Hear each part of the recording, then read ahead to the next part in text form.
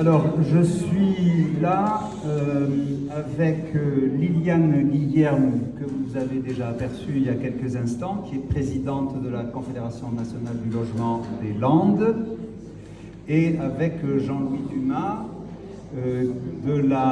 qui anime avec d'autres personnes la section Tyros de la Ligue des droits de l'homme. Et l'un et l'autre ont en commun, et comme particularité, d'assurer des permanences accueillant du public et venant soumettre un certain nombre de questions ou de situations qui sont très en rapport avec notre forum d'aujourd'hui. Voilà, donc ils vont détailler un petit peu ce que sont ces permanences et tout ce qu'ils y perçoivent, ce qu'ils y vivent et ce qu'ils apportent comme réponse. Je vais simplement leur demander, si c'est possible, je souhaiterais que vous essayiez de découper un petit peu vos interventions en 3 niveaux ou 3 temps. Le premier pour dire ou expliquer simplement ce que sont ces permanences que vous animez, comment elles se dénomment. Quant à l'horaire et au lieu, elles figurent sur le programme, sur la dernière page du programme que vous pouvez demander aux organisateurs si vous ne l'avez pas encore. Donc, vous présentiez simplement ces permanences et leurs objets et leurs objectifs. Dans un deuxième niveau, que vous essayez de nous dire ce que vous apprenez ou ce que vous constatez concernant les problèmes de logement, spécifiquement, qui vous sont soumis. Quels sont les différents types de situations, quelles sont les différentes situations que vous rencontrez, quelles sont les difficultés qui remontent dans les cas que les gens viennent vous exposer, en entrant, si possible, le plus possible dans le détail. Est-ce qu'il s'agit de locataires, est-ce qu'il s'agit de bailleurs, est-ce qu'il s'agit de propriétaires occupants, est-ce qu'il s'agit de gens du secteur jusqu'à demain, si on reste rentre dans les détails. De gens du secteur privé, de l'habitat social. Est-ce que les problèmes que les gens amènent sont des problèmes de loyer impayé, d'expulsion, de difficultés ou d'impossibilité à régler le loyer, de problèmes de voisinage, de logements dégradés, de bail frauduleux, etc., etc. Et puis, dans un troisième et dernier niveau, d'essayer de nous dire ce que cette expérience vous amène à penser de la politique du logement, non pas dans des termes aussi généraux qu'on puisse en faire un rapport adressé au ministre du Logement, mais qu'au moins une certaine sensibilisation ou une certaine vision de la crise du logement, en particulier local, que nous connaissons et dont on a parlé, vous paraîtrait susceptible de recevoir comme réponse, comme réforme, etc., etc. Voilà, donc un premier temps, on commence par Jean-Louis, présenter cette permanence, ou ces permanences, puisqu'il y en a 2. Oui, merci. Bonjour. Nous avons 2 permanences. Alors, la Ligue des droits de l'homme, nous sommes une équipe de 3 et nous assumons ce que nous qualifions d'accès, c'est l'accès au droit et c'est l'assistance bénévole aux démarches administratives. Alors, nous sommes généralistes. Alors oui, il y a 2 permanences sur Cabreton, sur rendez-vous, une permanence aussi sur rendez-vous à Saint-Vincent-de-Tyros, et nous nous déplaçons à la demande sur des dossiers bien particuliers, du côté de Dax, de Mont-de-Marsan, un petit peu aussi dans le Sénian. Et ces dossiers sur Mont-de-Marsan et sur Dax, en règle générale, ce sont plutôt des dossiers d'étrangers qui ont des difficultés à avoir des papiers, des cartes de séjour, des renouvellements. Aujourd'hui, c'est devenu très, très, très compliqué. Donc, nous sommes généralistes. Ça veut dire que nous recevons toutes les personnes. Alors d'abord, ce n'est pas nous qui prenons les rendez-vous, ce sont les structures qui nous accueillent, c'est-à-dire le CCAS de Saint-Vincent-de-Tyros et l'Escale Info à Cabreton. Nous arrivons, nous avons les rendez-vous, tout est pris, et nous accueillons donc les personnes qui sont là. Alors, étant généraliste, nous avons affaire à toutes sortes de dossiers, c'est-à-dire toutes les personnes qui ont des difficultés à compléter des dossiers, à répondre à des courriers, à contacter une administration, les impôts, la CPAM, même si ce n'est pas une administration, la CAF, les banques, les assurances, des problèmes avec des avocats, des dossiers qui ont été mal gérés, des problèmes avec les prud'hommes, des problèmes de droit du travail, de droit des étrangers. Je précise tout de suite que nous travaillons, et heureusement, beaucoup avec le réseau, un réseau qui est très important, parce que sans ce réseau, on est mort. Hein. On sait faire beaucoup de choses, de par nos anciennes professions, pour les trois, et puis parce que ça fait 10 ans qu'on fait ça aussi, mais malgré tout, les choses deviennent de plus en plus compliquées. Vous le savez tous, quasiment tout est dématérialisé aujourd'hui. Il y a des personnes, il y a quand même 8 millions de Français qui n'ont pas Internet, par choix ou par obligation. On sait aussi que jusqu'à l'âge de 25-28 ans, même si les jeunes sont très forts pour aller gratter sur Internet, pour avoir des informations, pour s'amuser, pour s'envoyer des trucs, quand il s'agit de rentrer dans des dossiers pour les compléter, aller sur le site ANTS par exemple, eh bien bonjour. Donc jusqu'à 25-28 ans, là aussi, nous avons beaucoup de demandes. Pour tout ce qui est mineur, là il y a une structure qui s'appelle la mission locale, et ce sont eux qui gèrent ça. Alors, nous sommes donc sur la communauté de communes Max, Cabreton, Labenne, Saint-Vincent-de-Tyros, Hossegor, etc. Et les autres communes. Alors, la réputation de ce coin, c'est un coin où il y a du fric, où il y a des gens qui ont de belles retraites, de bons salaires, ça c'est la théorie. Il faut savoir quand même que chez nous, à Cabreton et Hossegor par exemple, le taux de pauvreté est le même qu'en France. En gros, 8%, avec les mêmes difficultés. Ces chiffres, nous les avons par le secours populaire, le secours catholique, la banque alimentaire et les restos du cœur. En règle générale, ils ne se trompent pas trop. Un signe aussi qui ne trompe pas, pour dire que c'est compliqué, que ça va devenir de plus en plus compliqué.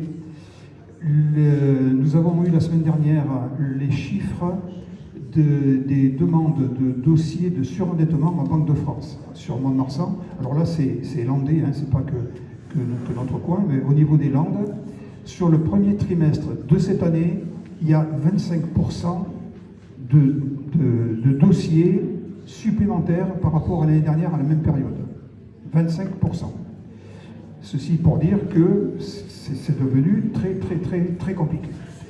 Le chiffre a dû être communiqué, je pense que je ne veux pas dire de bêtises. Il manque 12 000 logements sociaux, hein, c'est ça, c'est ce qui a été dit hier. Il manque 12 000 logements sociaux dans les Landes. Il en manque 2 600 000 en France. La ville de Ondres, c'est un village de combien? 6 000 habitants à peu près? 6 000 habitants, la ville d'Ondres, j'ai eu l'information par un adjoint au maire la semaine dernière, c'est pas vieux, 1570 demandes de logement.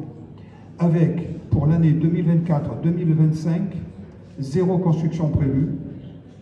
Voilà, donc ce sera la grosse bâtisse sur un terrain de 1500 mètres carrés, peut-être qu'il y aura 7 ou 8 appartements, hein, c'est pas impossible, ou des appartements qui vont se libérer par-ci, par-là, mais rien de prévu. Cabreton, on a dépassé les 1600, Labenne, on est à 300 et des poussières, Saint-Vincent-de-Tyros, on est à 500, ben voilà, on est à 12 000 dans les Landes. Après, tu peux répéter la question? Mais non, je vais te limiter parce que... Bon, avec Jean-Louis, nous avons, comme il vous expliquait, il a beaucoup d'appels pour l'aide administrative. Et sur Cabreton, dans les personnes qui viennent le voir à Cabreton ou à Tyros, on a établi un partenariat comme cela sur les questions du logement. Il m'appelle automatiquement parce que nous sommes donc la CNL 40, c'est une association qui fait partie la CNL fait partie des associations de consommateurs reconnues nationalement. Nous avons cette particularité, c'est que nous occupons uniquement dans l'élan du logement. Et au niveau consommation, de tout ce qui touche au logement. Mais nous, par exemple, comme l'UFC Que Choisir, nous ne touchons pas à l'alimentation, on ne peut pas être partout. Donc nous nous sommes concentrés sur le logement. Et ça fait un moment que nous alertons sur cette crise du logement que nous subissons de plein fouet actuellement. Nous avons prévenu les élus, nous avons essayé de faire un cri d'alerte, si vous voulez, au niveau de tout le monde, parce qu'on la voyait arriver, au niveau des locations Airbnb, qui est exponentielle, parce que les propriétaires, ils trouvent leur compte. Et quand on voit la fiscalité sur les logements touristiques qui est absurde, qui est vraiment l'inverse de ce qu'il faudrait faire, parce que voilà. Donc nous, notre stand est là-bas. Nous sommes une association qui, dans les Landes, je crois que c'est 1900, je vais vous faire engueuler si j'ai pas le bon chiffre, 1976 ou 74, la création de la CNL des Landes. Et donc, notre sujet, c'est vraiment le logement. C'est pour ça que je suis très contente d'être ici, dans ce forum où j'ai vu une dynamique sympathique, une prise de conscience des problèmes et plein d'enthousiasme d'ailleurs chez les gens, plein d'idées. Voilà, nous sommes plus confrontés, nous avons une permanence à Dax qui est fournie, ce local est fourni par Excel Habitat, car nous avons été élus de nouveau comme représentants des locataires pour Excel Habitat. Donc le local, la permanence, c'est le lundi, tous les lundis après-midi. Mais je vous avoue que ça ne suffit pas. Et moi j'habite Cabreton, aller à Dax tous les jours, je ne vais pas le faire. Donc c'est plus par téléphone. Les autres habitent, certains habitent Dax, mais d'autres Darnos, d'autres Mont-de-Marsan. Donc dans nos forces humaines, c'est un peu compliqué. On m'entend? Hein? J'en étais... Bon voilà. Nous sommes vraiment une association d'aide aux locataires pour leurs droits, pour les défendre, et également pour les habitants, c'est-à-dire aux propriétaires habitants. Nous ne défendons pas les bailleurs, par contre. Et nous ne défendons pas les bailleurs parce que, par exemple, moi je suis au collège des locataires à la commission départementale de conciliation dont on a parlé ce matin, et je suis dans le collège des locataires, pas dans le collège des bailleurs. Voilà. Peut-être pour finir juste en deux mots. Non, pour finir sur ce plan, pardon, la proportion de personnes que vous voyez, si tu permets, je m'aimerais revenir quelques minutes après sur ce qui s'est dit ce matin, avec deux exemples concrets.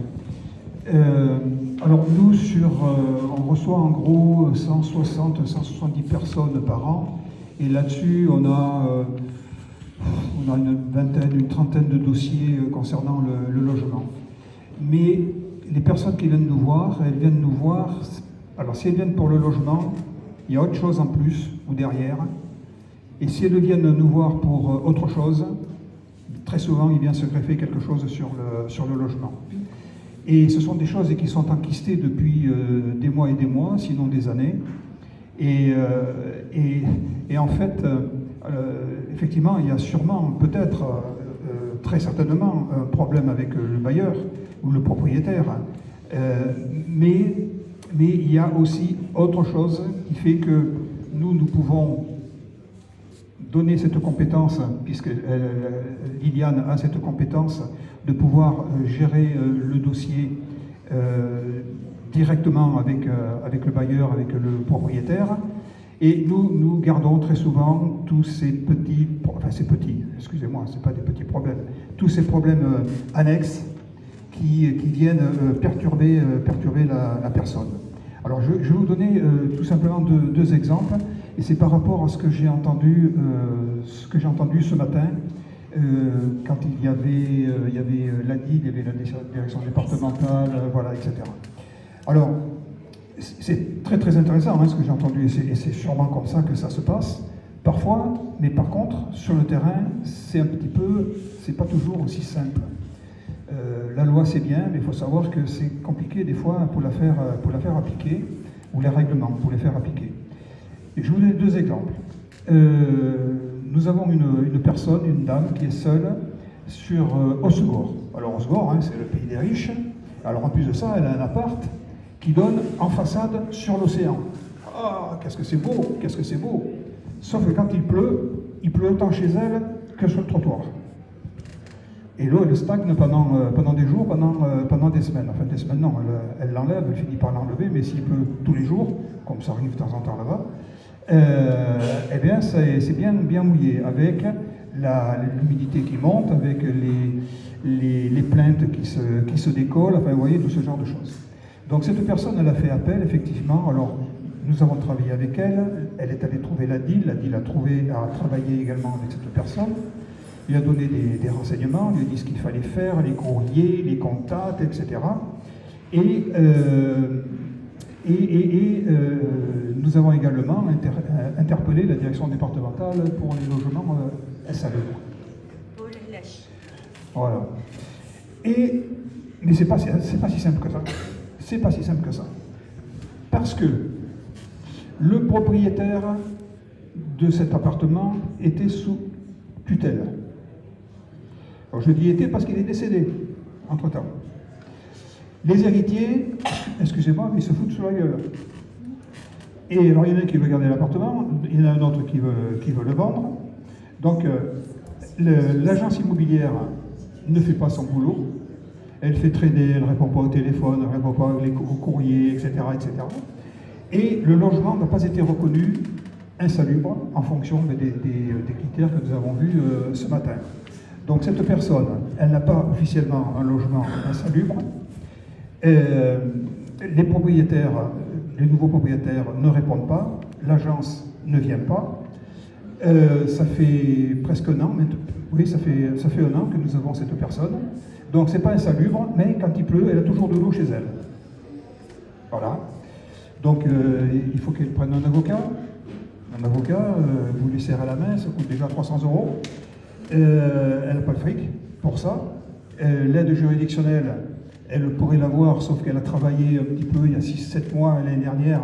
Donc, crac, elle est à 1100 € par mois, donc elle va avoir une prise en charge à hauteur de 25 ou 40% sur les frais d'avocat.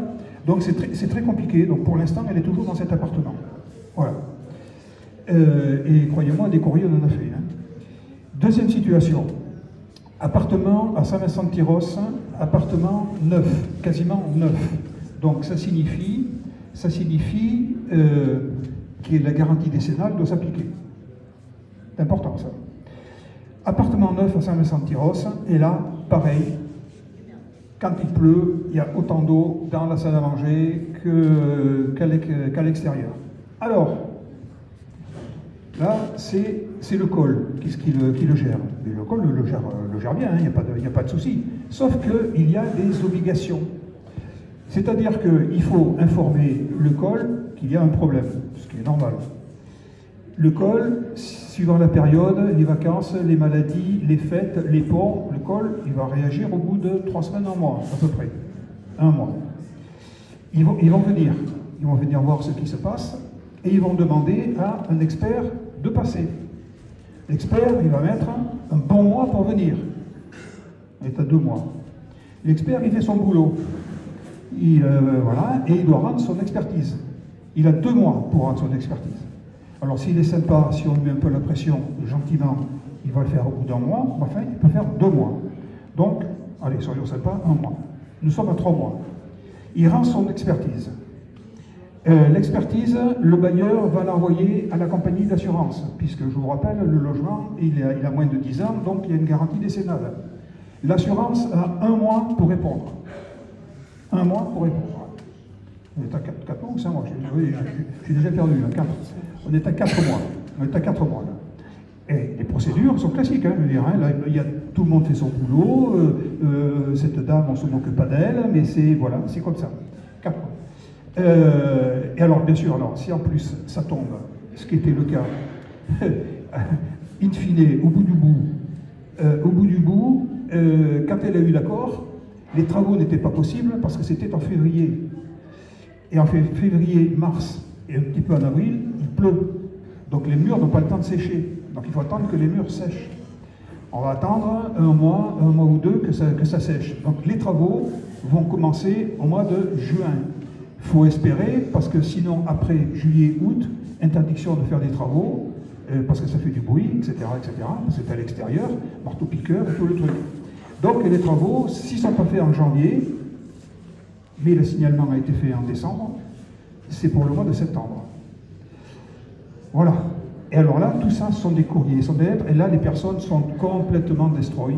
Il faut faire les courriers, il faut les envoyer en recommandé, et les personnes sont tellement fatiguées que c'est nous-mêmes qui allons porter le recommandé à la poste pour être sûr que ce soit fait. Voilà, donc c'était, excusez-moi, j'étais un petit peu long, mais pour les personnes, c'est encore plus long. Et c'est, voilà, 6 mois à 8 mois à vivre quasiment les pieds dans l'eau, avec l'humidité en permanence. Alors ces gens-là, j'aime autant vous dire que quand vous avez un ouvrier qui se pointe, et quand il dit je viens lundi à 10h du matin, et puis qu'il arrive le vendredi à 5h de l'après-midi, pour dire qu'il viendra la semaine suivante, la personne, elle est remontée comme un ressort, et le type, il en prend plein la tête.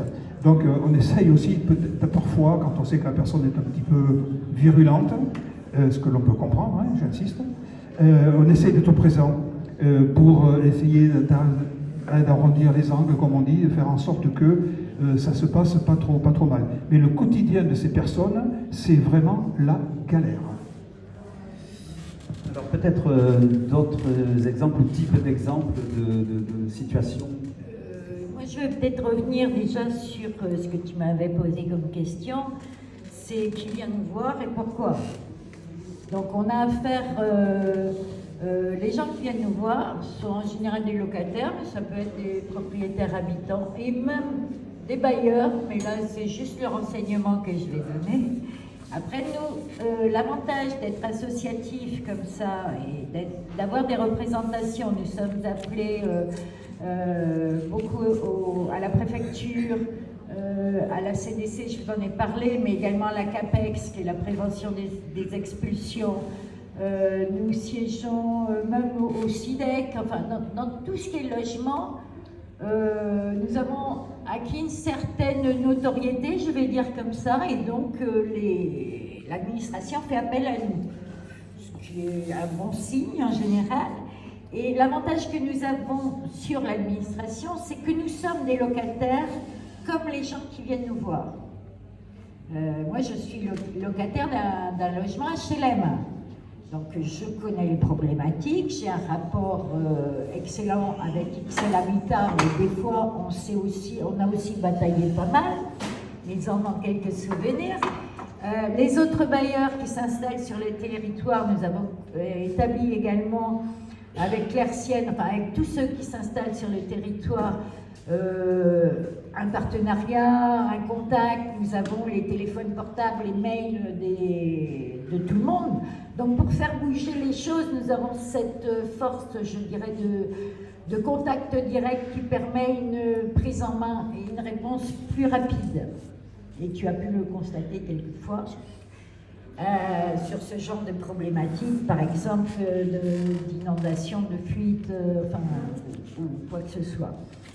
Donc nous avons comme appel des gens qui sont locataires de bailleurs sociaux, mais également beaucoup et de plus en plus de gens locataires des bailleurs privés.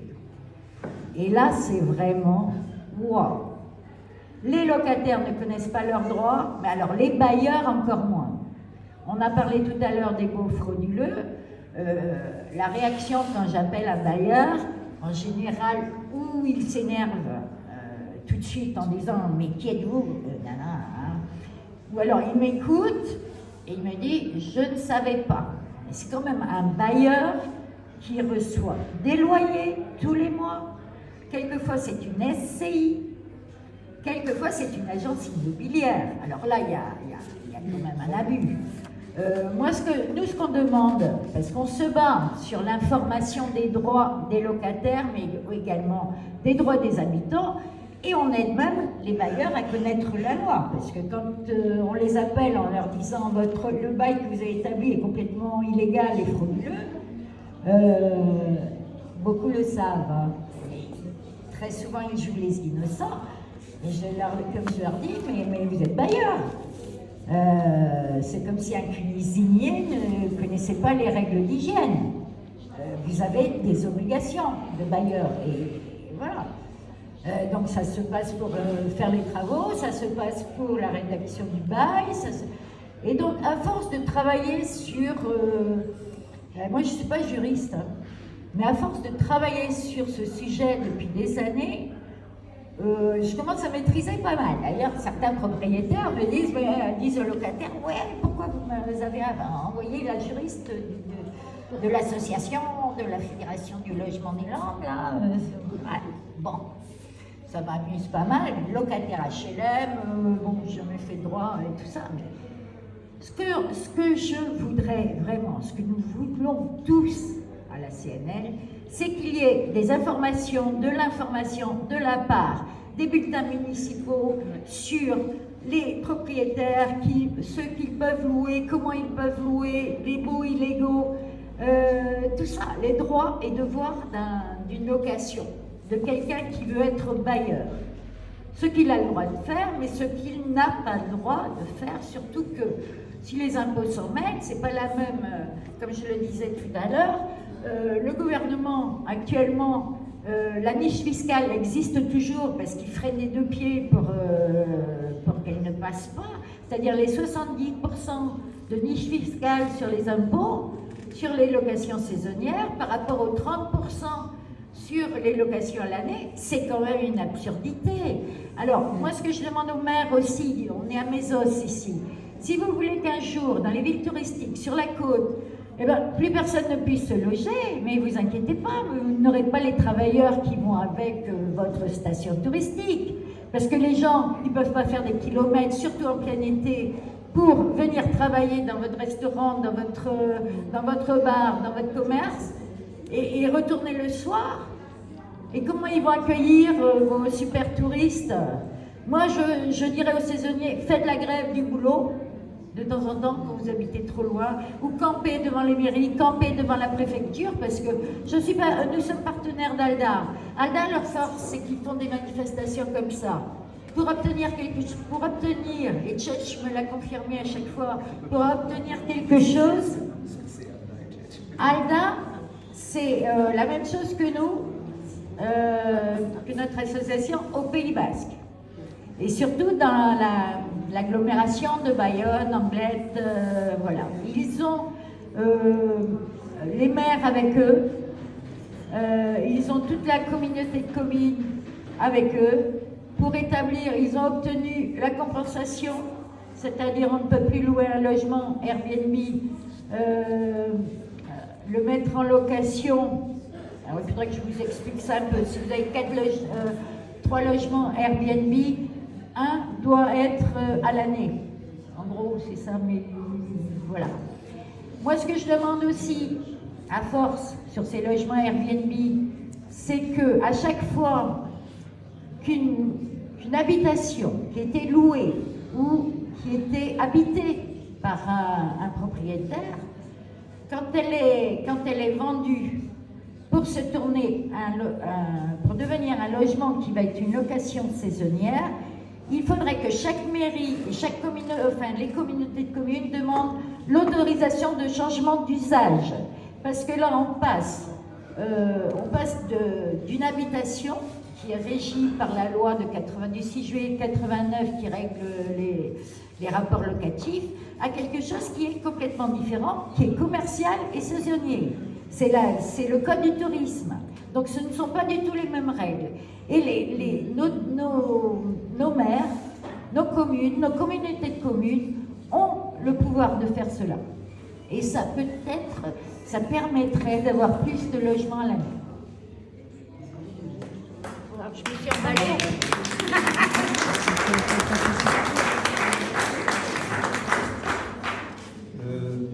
les questions, est-ce que les questions de loyer impayés, enfin, pardon, non pas de loyers impayés, mais de gens qui sont en difficulté, voire en impossibilité de payer les loyers, sont de quel ordre en fréquence dans les permanences?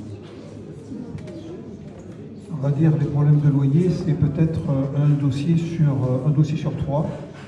Et le problème, c'est que ça va très vite.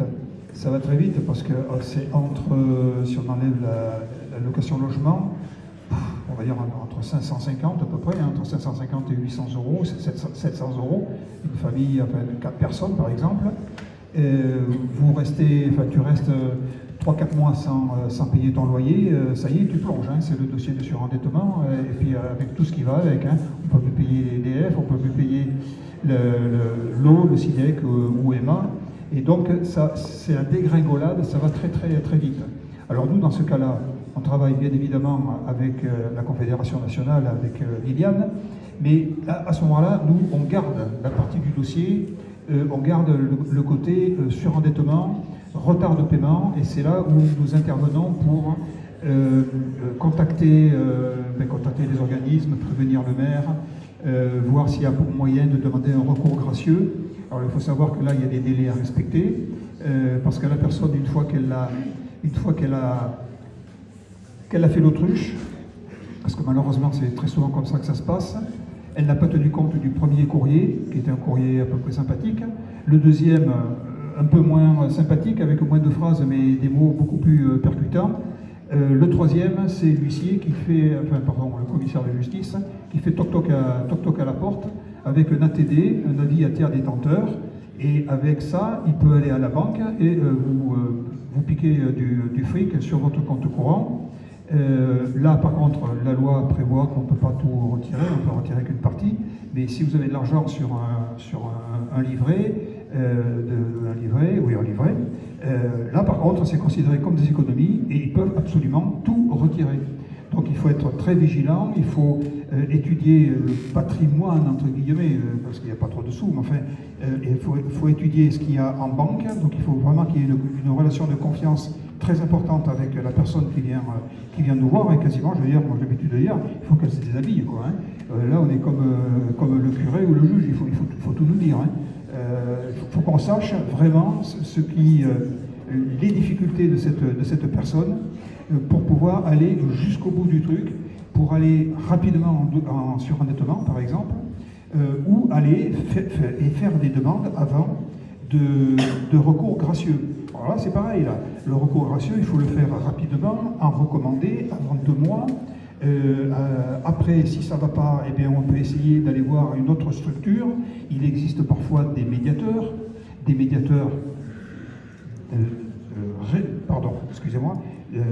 départementaux, je ne pense pas qu'il y a il y a les médiateurs régionaux, les médiateurs nationaux. Chaque fois, il faut faire des courriers en recommandé, il faut attendre 2 mois la réponse. Enfin, je veux dire, c'est un travail de longue haleine, et certaines personnes sont amenées à se décourager et à laisser tomber. Mais j'ai autant vous dire qu'une fois que vous êtes entre les mains des finances publiques, eux, ils ne laissent pas tomber, quoi. Hein. Si pendant quelques mois, vous n'entendez plus parler d'eux, parce qu'ils savent que, ma foi, vos revenus ne permettent pas de récupérer des sous, le jour où vous allez trouver du travail, votre situation va s'améliorer un petit peu, ça peut être dans 1 an, dans 2 ans, dans 3 ans, dans 4 ans, dans 5 ans, ils seront là pour récupérer la dette. Donc, ce problème-là. Ensuite, effectivement, après, ce sont des problèmes de malfaçon, d'inondation, c'est ce qu'on a dit tout à l'heure. Des problèmes également aussi de voisinage. Là, il y en a pas mal. Alors là, c'est très compliqué. Très compliqué, effectivement. On le disait ce matin. D'abord, la solution à l'amiable, c'est-à-dire aller rencontrer le voisin. Avant de lui faire un courrier, peut-être aller le voir. Sinon, faire un courrier, parce qu'il ne sait peut-être même pas qu'il fait beaucoup de bruit. Hein, il ne le sait pas. Il peut faire semblant aussi de ne pas le savoir, mais il peut ne pas le savoir. Faire un courrier également au bailleur ou au propriétaire. Et si ça ne marche pas, tenter une conciliation auprès du conciliateur de justice. Mais tout ça, ça demande du temps. La situation ne fait que s'enquister et les problèmes financiers ne font que s'aggraver.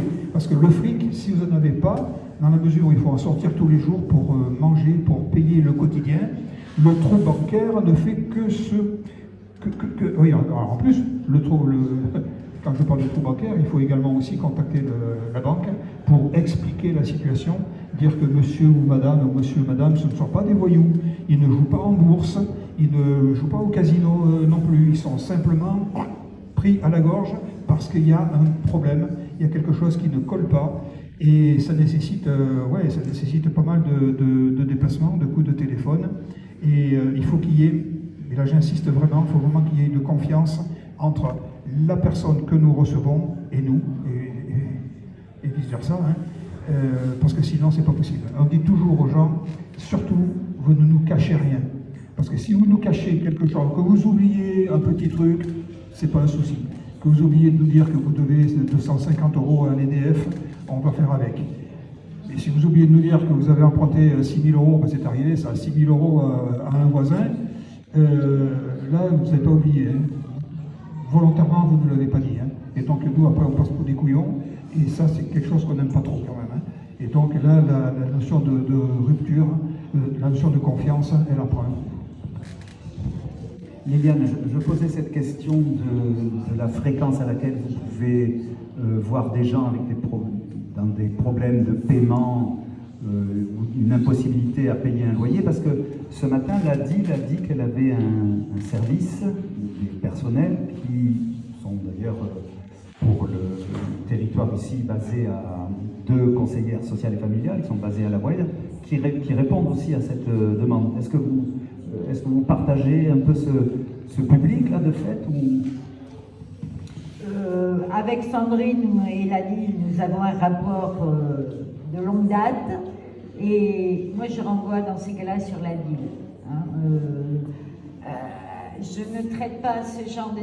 Je peux donner des conseils, étudier le dossier avec la personne, savoir, peut-être j'ai eu le cas récemment, et donc j'ai contacté aussitôt la DIL, parce que la DIL avait déjà la problématique de cette personne qui était non seulement en non-paiement de loyer, mais aussi avec des dettes, comment on dit, les dettes qui vont avec, c'est-à-dire des dettes de consommation énormes, et qui préférait par exemple être mensualisée chez EDF, mais arrêter de payer son loyer, alors qu'elle avait déjà fait un accord avec le juge et tout ça. Donc moi, à un moment, ça me dépasse tout ça, je renvoie vers la DIL. J'ai beaucoup de partenariats avec les institutions. L'échange, il est clair. Des fois, ça me plaît, quand il y a quelque chose qui ne me plaît pas, ils le savent très bien, je le dis. Hein, mais on ne peut pas être partout en tant que petite association, déjà on manque de bras. Voilà. Nous, on parlait de la fréquence au début, donc nous avons cette permanence à Dax, mais je vais vous dire que les coups de téléphone, c'est tous les jours. Et c'est 5-6 fois par jour. Donc notre principe, c'est qu'on a un répondeur téléphonique à l'antenne, et après on écoute les appels et on rappelle les personnes. Parce que c'est invivable sinon, mais chaque dossier, comme Jean-Louis, il faut le noter, faire la fiche, essayer de trouver déjà la solution dès qu'on a la personne.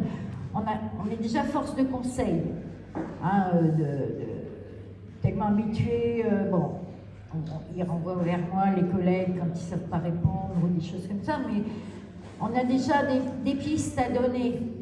Et une première chose, on a l'écoute. On a le fait de les écouter en tant que personne humaine et pas comme un robot, un papier, voilà. Et c'est aussi ça notre force. Et comme je le disais tout à l'heure, nous sommes tous pratiquement des locataires ou des propriétaires habitants. Nous n'avons pas cette casquette d'administratif, de choses comme ça. Donc, quelqu'un comme la personne qui appelle, donc comme une voisine, comme une amie. Donc nos conseils ne sont pas ne sont pas rigides. On arrive à faire des amitiés, justement, c'est pour ça qu'on a des adhérents, avec les gens qui nous appellent, qu'on a aidés et qui le reconnaissent et qui, qui font notre publicité. Parce que nous, on ne sait pas faire. Est-ce qu'on pourrait imaginer que tous ces publics... je me suis posé cette question à propos de Mimizan et de ce qui en était dit hier après-midi. S'il y avait au CCAS, par exemple, de Mimizan, une permanence qui permet d'évoquer tous les problèmes. Je ne me rappelle pas si Madame Perrier, la personne de Mimizan, a signalé quelque chose comme ça, mais est-ce qu'on ne pourrait pas imaginer qu'il puisse y avoir... Alors là, je parle un peu donc sur les solutions qu'on pourrait esquisser, enfin qui peuvent paraître souhaitables, que ça fasse partie des obligations des CCAS d'avoir une permanence du type de celle que vous assurez, à la limite en position de guichet unique, et dispatch immédiatement sur soit une association habilitée. Voilà, je pose cette question aussi par rapport, puisque tu appartiens à la commission des expulsions, mais peut-être après tu en diras un mot sur le... Ça, je peux répondre. En fait, ça se passe déjà.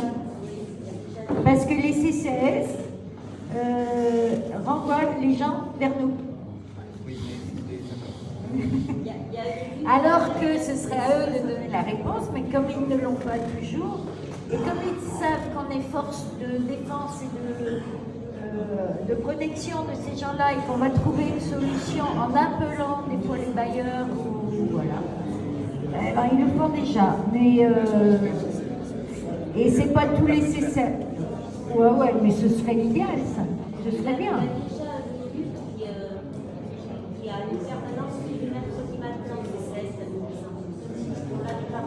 Ouais. Alors sur les autres CCAS, la partie logement, quand la partie logement est au CCAS, c'est plus sur une question de logement social et d'attribution. Là, il m'appelle avant la commission d'attribution. Parce que oui, le gouvernement veut aussi donner plus d'amplitude aux maires sur les commissions d'attribution en leur permettant de voter lors de la commission d'attribution des logements sociaux. Sauf que, par expérience, déjà les dossiers sont choisis par les bailleurs sociaux avec les communes. C'est normal. Mais après le choix de l'urgence ou se fait en commission d'attribution sur 4 locataires, on va regarder l'urgence ou la date de la première demande, tout ça sur certains critères. Il y a les gens de la préfecture, il y a nous, on essaye d'être assez objectif. Mais si on accorde de nouveau au maire, et ça c'est ma crainte, si on accorde au maire le droit de voter, je crains le clientélisme électoral là-dedans sur les attributions de HLM. Et là, je vais vous dire, moi je refuserai de siéger de nouveau à la commission d'attribution parce que je n'aurai plus ma place. Et la commission de conciliation par rapport aux expulsions? Alors, la CAPEX, Sandrine pourra en parler. Si.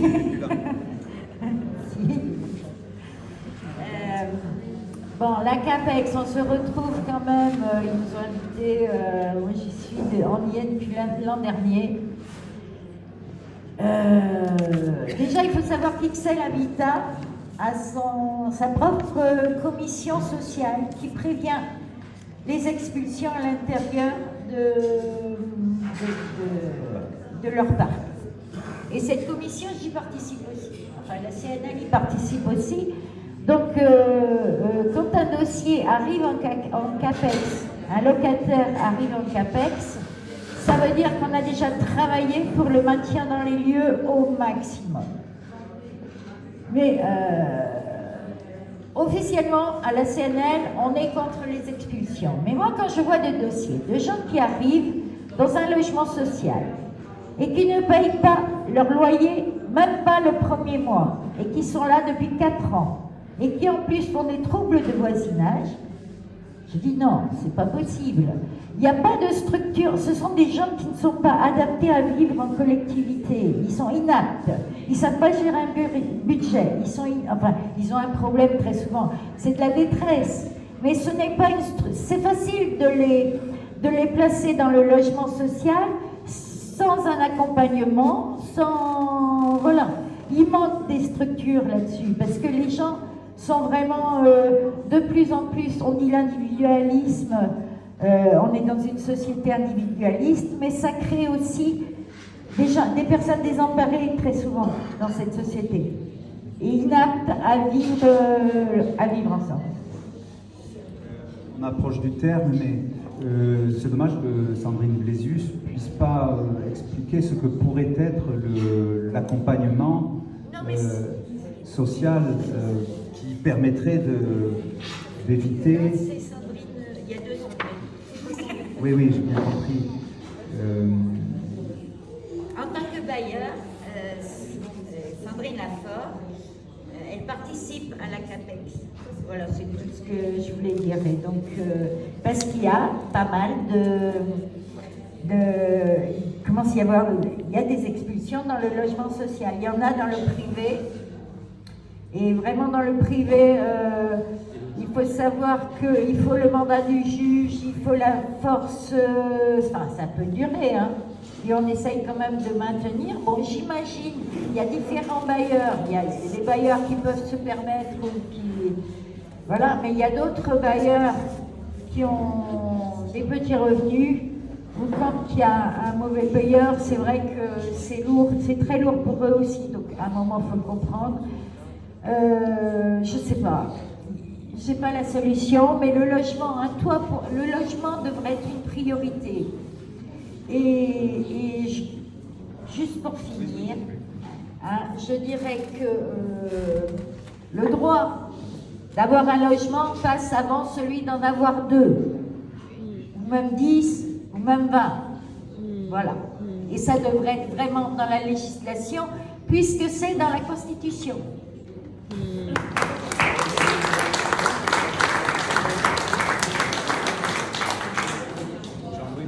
Oui, pour conclure. Alors, nous, en ce qui nous concerne, on n'a jamais eu encore, jusqu'à présent, des problèmes d'expulsion.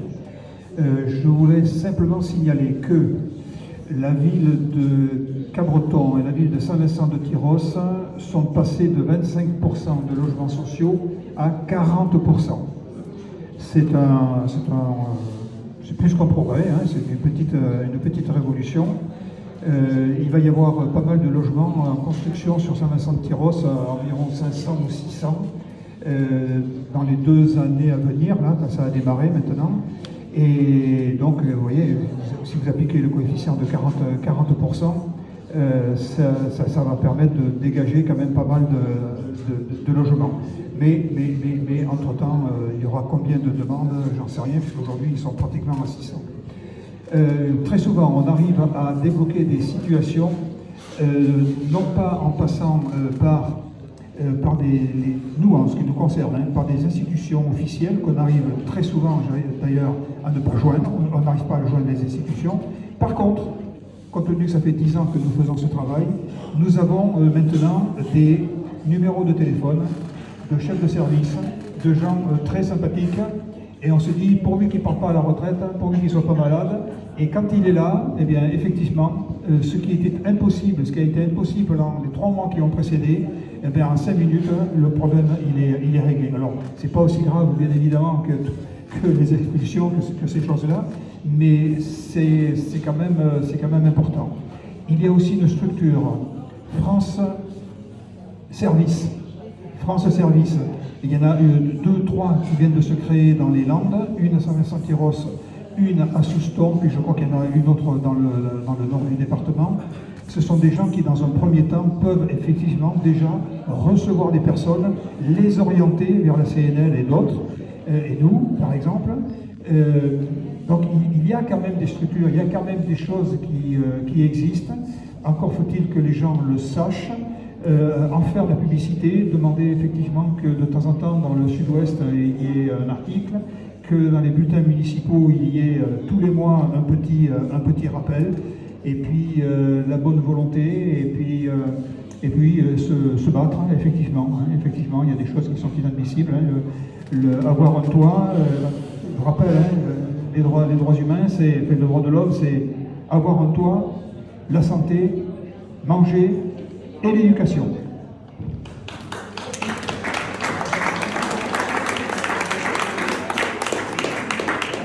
Bon, merci beaucoup à vous deux. On va juste faire un mot de conclusion. Les organisateurs, est-ce qu'il est